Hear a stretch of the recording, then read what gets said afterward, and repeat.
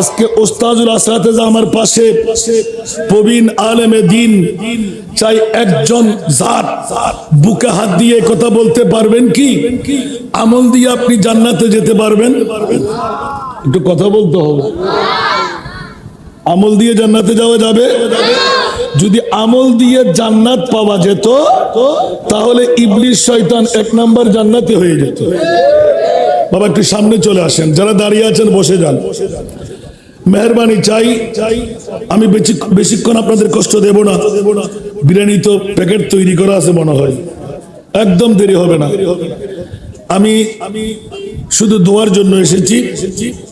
করব কি বাবা, রাত দিনের 11টায় বের হলাম, অনেক ডিউটি সেরে অফিস থেকে, এতক্ষণ লেগে গেল আপনাদের পর্যন্ত পৌঁছতে। আলহামদুলিল্লাহ বলেন না? তারপর আমি ভয় পেয়ে আমার ইউসুফ আরবি তো খুব